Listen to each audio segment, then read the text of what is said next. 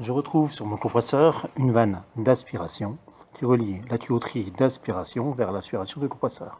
Sur cette vanne, j'ai ici un raccord permanent pour pouvoir accorder le pressostat. J'ai ici un bouchon qui m'isole, qui ferme le raccord de service, sur lequel je vais devoir venir bouger. Ici, un flexible qui est raccordé à une pompe à vide, à un bypass, à une station de transfert. Sur la partie droite de ma vanne, je retrouve ici ce qu'on appelle le pressé-touple. Le pressé-touple, c'est un joint d'étanchéité entre l'intérieur de ma vanne et l'extérieur qui a tout aussi. Et j'ai mon carré de manœuvre qui va me permettre d'isoler soit ma tuyauterie d'aspiration, soit mon raccord de service. Le raccord de liaison du pressostat n'est jamais obstrué. Le raccord de liaison du compresseur n'est jamais obstrué. Je vais donc commencer par enlever mon capuchon de vanne. Le capuchon, c'est uniquement une protection de mon carré de manœuvre qui se trouve ici et de mon pressé-touple d'étanchéité qui se trouve ici.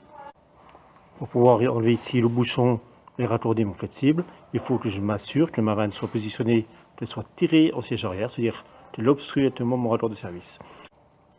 J'utilise donc une clé à cliquet pour m'assurer que ma vanne est tirée en arrière. Je positionne ma clé à cliquet et je vais donc tirer vers l'arrière, ça veut dire dévisser ma vanne. Là, on s'aperçoit qu'elle est complètement en siège arrière. Je vais donc pouvoir ouvrir ici avec une clé mon raccord de service.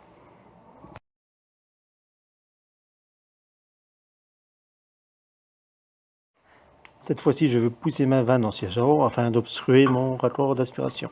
Je positionne donc ma clé à cliquet et je pousse ici ma clé.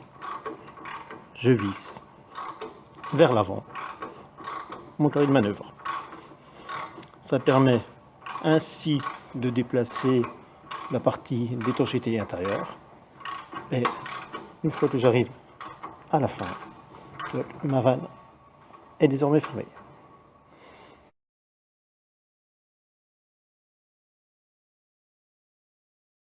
Je veux ouvrir ici mon raccord de service, mais je ne sais pas dans quelle position est ma vanne.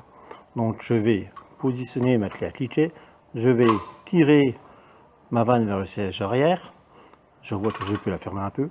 Ma vanne était donc en siège intermédiaire et je ne pouvais pas ouvrir mon raccord. Cette fois-ci que je suis tiré en siège arrière, je peux ouvrir mon raccord de service.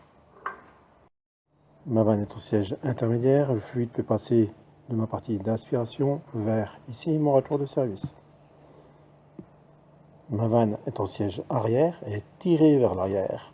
Mon fluide est en liaison avec mon compresseur mais ne peut plus passer vers mon raccord de service. Je repositionne ma vanne en siège intermédiaire. Je l'avance vers l'avant. Je la pousse vers l'avant. Je la tire vers l'arrière.